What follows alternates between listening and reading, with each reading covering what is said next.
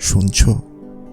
এই যে শূন্য ঘর, দেওয়ালের এই একলা ঘড়ি আর আমার বুকের ভেতরটা, সবখানে আজ একই হাহাকার। মানুষ বলে বিষ খেলে নাকি মানুষ মরে যায়, কিন্তু আমি বলি কোনো এক মায়াবী মানুষের মায়ায় পড়ে দেখো। মরণ কাকে বলে তুমি প্রতি মুহূর্তে টের পাবে। বিষ নাকি শরীরকে নীল করে দেয়, আর মায়ার টান কলিজা পুড়িয়ে ছাই করে দেয়। অথচ আশ্চর্যের বিষয় কি জানো? সেই ছাইটুকু ওড়ানোর শক্তিও আজ আমার নেই। তুমি আসবে না জেনেও আমার ওই বিষাক্ত মায়ার জালে আমি আজও নিজেকে ধীরে ধীরে শেষ করছি। আজ বলবো এই বিষাক্ত মায়ার গল্প, যা আমাকে জ্যান্ত লাশ বানিয়ে ছেড়েছে। আচ্ছা, তুমি কি বলতে পারো কেন এসেছিলে আমার জীবনে? যখন একলা আকাশ নিয়ে আমি দিব্যি শান্ত ছিলাম, তখন তোমার ওই এক চিলতে হাসি দিয়ে কেন আমার সাজানো পৃথিবীটা ওলট পালট করে দিলে? আমি তো মায়া বুঝতাম না। আমি তো জানতাম না কারো কণ্ঠস্বরের অপেক্ষায় থাকা মানে এক ধরনের স্বেচ্ছায় কারাবরণ। তুমি বলেছিলে কখনো ছেড়ে যাবে না, অথচ দেখো আজ তোমার সেই মিথ্যে প্রতিশ্রুতির দেওয়ালগুলো আমার ওপর ভেঙে পড়ছে। আমি নিঃশ্বাস নিতে পারছি না। তোমার দেওয়া প্রতিটি স্মৃতি এখন এক একটি ধারালো ছুরি হয়ে আমার রক্তক্ষরণ বাড়াচ্ছে। মায়ার টান এতটাই ভয়ঙ্কর যে আমি জানি তুমি আমার নও। আমি জানি তুমি আর ফিরবে না। তবু এই অবাধ্য মনটা দরজার দিকে তাকিয়ে থাকে। প্রতিটা দীর্ঘশ্বাস যেন তোমার নাম ধরে চিৎকার করে ওঠে। আচ্ছা, মায়া কাটানোর কোনো ওষুধ কি তোমার কাছে আছে? নাকি তুমি সেই বিষ যা আমি ভালোবেসে পান করেছিলাম? মনে পড়ে ওই বিকেলগুলোর কথা, যখন তোমার হাতে হাত রেখে মনে হতো পৃথিবীটা কতই না ছোট, আর আমাদের গল্পটা কতই না দীর্ঘ। আমি তো জানতাম না সেই ছোট পৃথিবীটা একদিন আমার উপর ধসে পড়বে। তুমি তো চলে গিয়ে বেঁচে গেছো, কিন্তু আমাকে যে এই স্মৃতির জাতাকলে পিষ্ট হতে রেখে গেলে তার বিচার কে করবে? মায়া জিনিসটা না খুব অদ্ভুত, তাই না? যাকে ভালোবাসা যায় না তাকে ভোলাও যায় না, অথচ দিন শেষে আমরা সেই মানুষটার মায়াতেই আটকে পড়ে থাকি যে আমাদের মূল্য কোনোদিন বোঝেনি।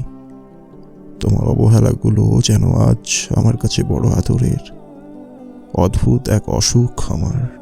আমি তোমার দেওয়া কষ্টগুলোকেও মায়ার চাদরে জড়িয়ে ধরে থাকি। মাঝে মাঝে মাঝরাতে যখন চারপাশ নিস্তব্ধ হয়ে যায়, আমি নিজের হৃৎপিণ্ডের শব্দ শুনতে পাই। প্রতিটি ধুকপুকানি যেন তোমার নাম ধরে বিদ্রুপ করে।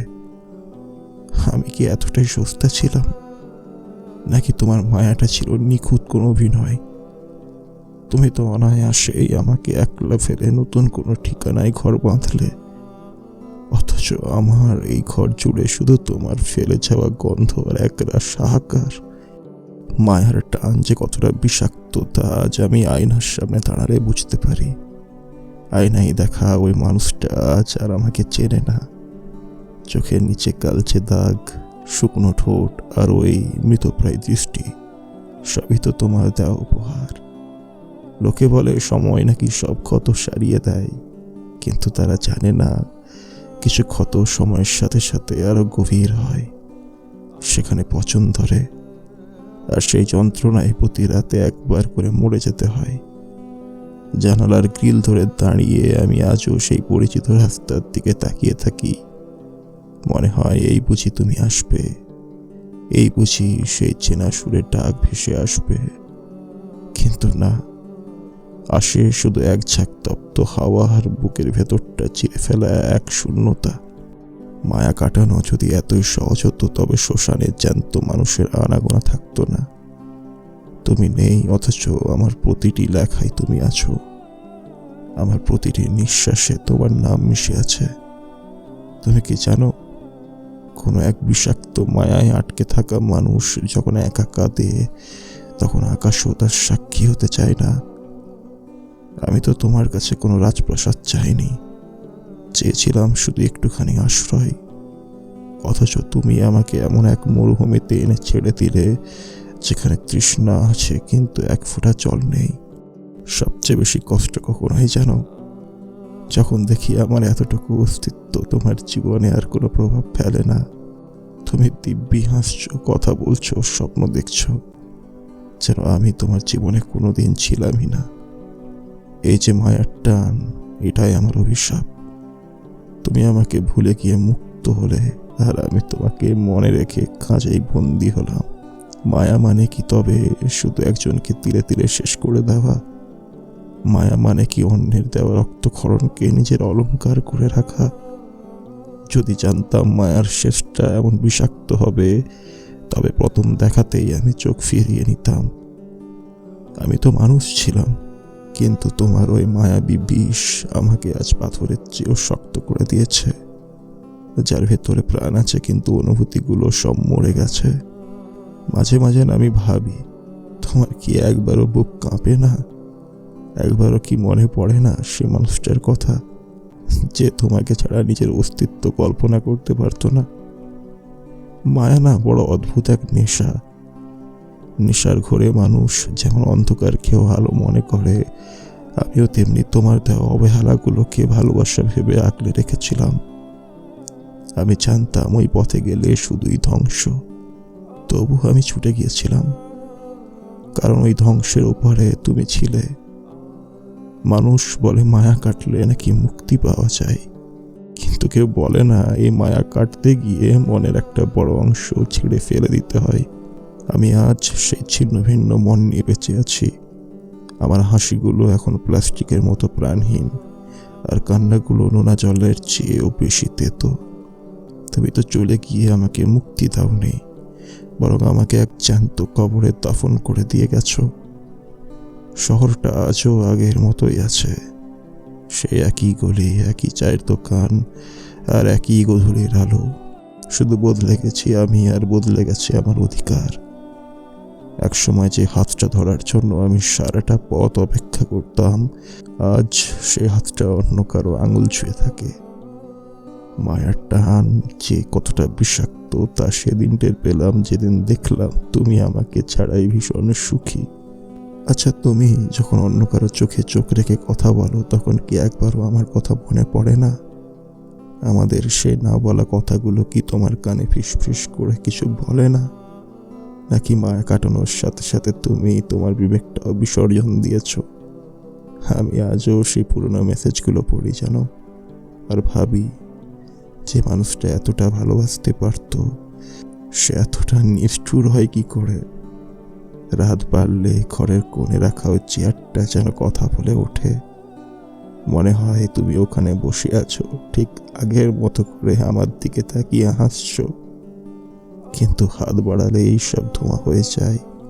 এই যে না পাওয়ার বেদনা, এই যে শূন্যতাকে জড়িয়ে ধরে শুয়ে থাকা, এটাই কি মায়ার চূড়ান্ত শাস্তি? আমি তো মুক্তি চেয়েছিলাম তোমার কাছে, কিন্তু তুমি আমাকে দিলে এক দীর্ঘস্থায়ী যন্ত্রণার উত্তরাধিকার। এই বিষাক্ত মায়ার টানে আমি এতটাই নিঃস্ব হয়েছি যে আজ আমার নিজের বলতে আর কিছুই নেই। এমনকি আমার চোখের জলটুকু আজ তোমার হয়ে গেছে। তুমি কি বুঝতে পারছো? আমি ফুরিয়ে যাচ্ছি। মোমবাতির মতো গলতে গলতে আমি একদম শেষ প্রান্তে এসে দাঁড়িয়েছি, অথচ তোমার কোনো ভ্রুক্ষেপ নেই। জানতে ইচ্ছে করে যে আমি প্রতি রাতে তোমার দেওয়া স্মৃতির আঘাতে চূর্ণ বিচূর্ণ হই, এর কি কোনো শেষ নেই? মায়ার টান যে এতটা বিষাক্ত হতে পারে তা যদি আগে জানতাম, তবে নিজের হৃৎপিণ্ডকে পাথর করে রাখতাম। ভালোবাসা বিসর্জন দেওয়া যায়, কিন্তু এই রাক্ষসে মায়াকে বিসর্জন দেওয়া যায় না। এ যেন এক অদৃশ্য শিকল যা আমায় প্রতিটা মুহূর্তে তোমার দিকে টানে, অথচ ওপাশে তুমি নেই। আছে শুধু এক বিশাল শূন্যতা। আমার এখন আর কাঁদতে ইচ্ছে করে না। কান্নার চেয়েও বড় কোনো এক যন্ত্রণা আমার চোখের জলকে পাথর করে দিয়েছে। আমি এখন মানুষের ভিড়েও নিজেকে খুঁজে পাই না। মনে হয় আমি এক ছায়া হয়ে গেছি, যার কোনো পরিচয় নেই, যার কোনো গন্তব্য নেই। মায়া আমাদের সেই মানুষটার দাসে পরিণত করেছে, আমাদের অস্তিত্বকে তুচ্ছ মনে করে পায়ে দৌড়ে চলে গেছে। মাঝে মাঝে না খুব ইচ্ছে করে সব ছেড়ে দূরে কোথাও চলে যায়, যেখানে তুমি থাকবে না, যেখানে তোমার স্মৃতি থাকবে না, আর এই বিষাক্ত মায়ার টান থাকবে না। কিন্তু পরক্ষণেই মনে হয় আমি পালাবো কোথায়? আমার ভেতরেই তো তুমি আছো। আমার শিরায় শিরায় যে রক্ত বয়, সেখানেও যেন তোমার নামের বিষ মিশে গেছে। মায়া মানেই এক ধরনের আত্মহনন, যা তিলে তিলে আমাদের ভেতরটাকে কুড়ে কুড়ে খায়। লোকে বলে ক্ষমা করে দিলে শান্তি পাওয়া যায়। আমি তোমাকে ক্ষমা করে দিয়েছি, কিন্তু নিজেকে তো ক্ষমা করতে পারছি না। কেন তোমাকে এতটা জায়গা দিয়েছিলাম আমার এই ছোট্ট মনে? কেন তোমার মিথ্যে মায়ার বাঁধনটাকে ধ্রুব সত্য মনে করেছিলাম? আজ আমি তোমার অবহেলার আস্থা কুড়ে পড়ে থাকা এক টুকরো স্মৃতি ছাড়া আর কিছুই নয়। আচ্ছা, মায়েরা বলে মায়া কাটাতে নাকি অনেক সময় লাগে, কিন্তু আমি তো দেখি সময় যত চাই, মায়া তত বিষাক্ত নাগিনীর মতো আমার আত্মাকে পেঁচিয়ে ধরে। এই বিষের নীল রং এখন আমার সারা শরীরে ছড়িয়ে পড়েছে। আমি কথা বলি মানুষের সাথে, কিন্তু ভেতরে ভেতরে আমি শুধু তোমার সাথে তর্কে লিপ্ত হই। কেন করলে এমন? কেন দিলে এই অভিশপ্ত জীবন?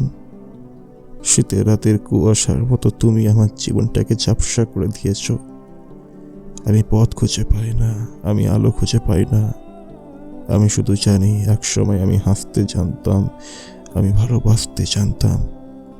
আর এখন আমি শুধু জানি কিভাবে যন্ত্রণার সাথে ঘর করতে হয়।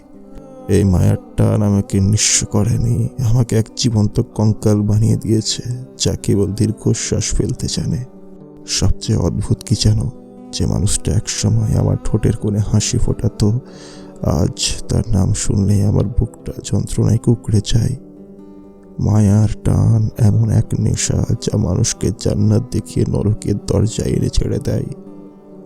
আমি তোমার প্রতিটা মিথ্যে কথাকে বেদবাক্যের মতো বিশ্বাস করেছিলাম। তুমি যখন বলতে তুমি ছাড়া আমার আর কেউ নেই, তখন আমি খুশিতে আত্মহারা হতাম।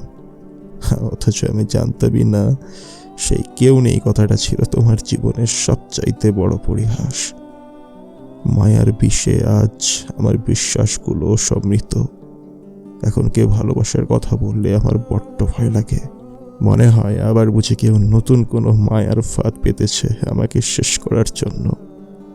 তুমি শুধু আমাকেই হারাওনি, তুমি আমার ভেতর থেকে মানুষের ওপর বিশ্বাস নামক সেই পবিত্র অনুভূতিটাকেও চিরতরে খুন করে ফেলেছ। মাঝে মাঝে তোমার দেওয়া সেই উপহারগুলো বের করি, সেই চিরকুট, সে শুকনো গোলাপ, যা এখন অনেকটা আমার জীবনের মতোই বিবর্ণ। ওগুলো ফেলে দিতে পারি না, আবার আগলে রাখতে গেলেও কলিজায় টান লাগে। প্রতিটা স্মৃতি যেন এক একটা জ্বলন্ত চিতা। আমি সেই চিতার আগুনেই প্রতি রাতে দগ্ধ হই। আচ্ছা, তোমার ওই নতুন শহরে কি আমার মতো কেউ আছে, যে তোমার এক চিলতে হাসির জন্য নিজের সবটুকু বিলিয়ে দিতে পারে? নাকি আমার মতোই কাউকে নতুন করে বিষাক্ত মায়ার জালে জোড়াচ্ছ? মায়ার টানে অন্ধ হয়ে আমরা যখন কাউকে নিজের সবটুকু সঁপে দিই, তখন আমরা ভুলে যাই যাকে আমরা ঈশ্বর ভাবছি সে আসলে হাড় মাংসের এক অতি সাধারণ স্বার্থপর মানুষ। তোমার সাধারণত্বকে আমি অসাধারণ মায়া দিয়ে ঢেকে রেখেছিলাম, আর আজ সে মায়ার চাদরটাই আমার গলার ফাঁসি হয়ে দাঁড়িয়েছে। হৃৎপিণ্ডের হাহাকার প্রতিটি দিন কাটে এক বিভীষিকার মতো।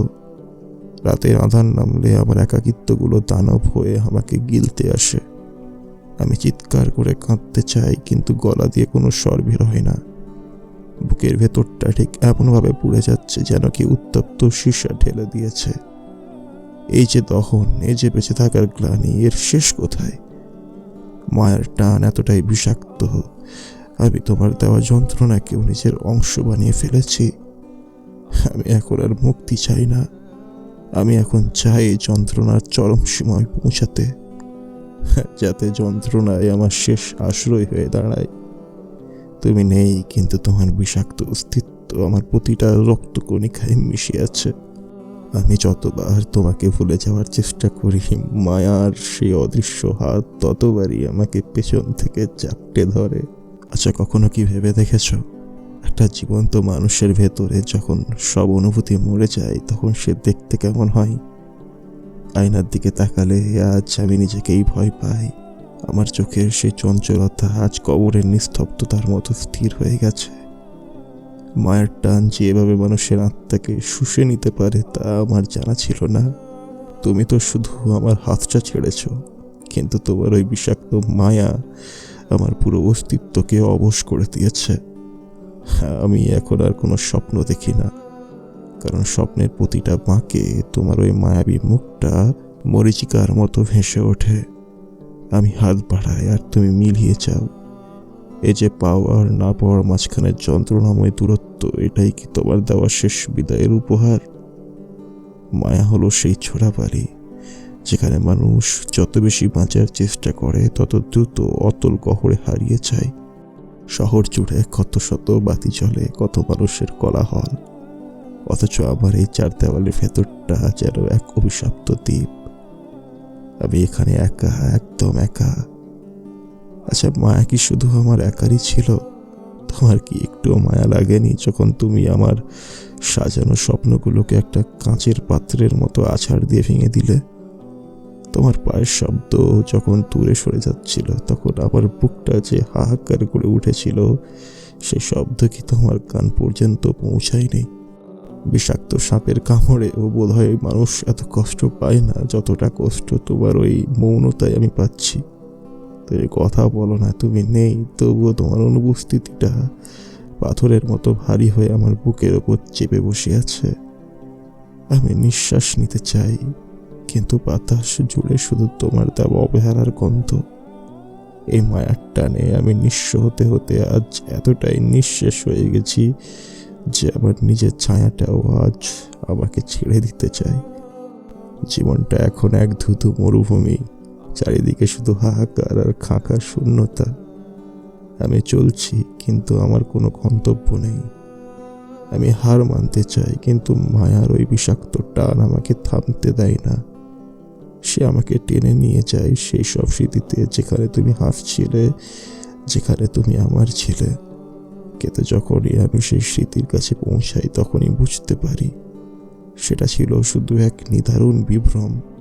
তুমি তো মুক্তি পেয়ে গেছো, তুমি তো অন্য কারো হাসিতে নিজের সুখ খুঁজে নিয়েছো, কিন্তু আমার এই দগ্ধ হৃদয়ের দায়ভার কে নেবে?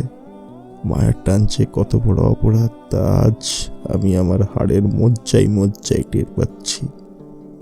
ভালোবেসে মায়ায় পড়া মানে নিজের হাতে নিজের বিষের পেয়ালা তৈরি করা। আমি সেই বিষ প্রতিদিন একটু একটু করে পান করছি আর অপেক্ষা করছি সেই মুহূর্তটার জন্য যখন এই মায়ার মরণ কামড় আমাকে একদম নিস্তব্ধ করে দেবে। এখন আর কোনো অভিযোগ নেই, কোনো দাবি নেই। মায়ার শেষ প্রান্তে এসে আজ আমি বুঝতে পেরেছি কিছু মানুষ জীবনে আসে শুধু ধ্বংসস্তূপ উপহার দেওয়ার জন্য। তুমি চলে গেছো, তাতে আমার দুঃখ নেই, কিন্তু তুমি আমার ভেতরে যে বিষাক্ত মায়ার জন্ম দিয়ে গেলে তা আমাকে শান্তিতে মরতেও দিচ্ছে না। আমি এখন এমন এক গহীন অন্ধকারে দাঁড়িয়ে আছি যেখান থেকে ফেরার আর কোনো পথ নেই। জানতাম না তোমার ওই তুমি সম্বোধনটা একদিন আমার জন্য পৃথিবীর সবচেয়ে ভারী পাথর হয়ে দাঁড়াবে। আমি চাইলেও তোমাকে ঘৃণা করতে পারছি না, আর এটাই আমার জীবনের সবচেয়ে বড় পরাজয়। মায়ার টান সত্যিই বিষাক্ত। এ বিষ রক্তে মিশলে মানুষ বাঁচে না, শুধু মৃতদেহের মতো কালক্ষেপণ করে। শোনো, আজ সবটুকু মায়া বিসর্জন দিয়ে বলছি, যদি কোনোদিন কবরস্থানের পাশ দিয়ে যাওয়ার সময় হঠাৎ বুকটা কেঁপে ওঠে, তবে বুঝবে ওটা বাতাসের শব্দ নয়, ওটা আমার নিথর দেহটার ভেতরে আজও ধুকপুক করতে থাকা তোমার ওই বিষাক্ত মায়ার হাহাকার। আমার মুক্তি নেই, কোনোদিন ছিল না। তোমার মায়াই ছিল আমার মৃত্যু পরোয়ানা। অথচ আজ আমি এতটাই নিঃস্ব, নিজের মৃত্যুতেও আমার অধিকার নেই। তুমি তো অনেক আগেই আমাকে শেষ করে দিয়েছ। এখন শুধু আমার এই অবশ শরীরটা নিভে যাওয়ার অপেক্ষা। ভালো থেকো অন্যের মায়ায়। আমি না হয় তোমার দেওয়াই বিষাক্ত মায়ার টান নিয়েই ওপারে চলে যাই, যেখানে অন্তত তোমার অবহেলাগুলো আমাকে আর ছোবে না।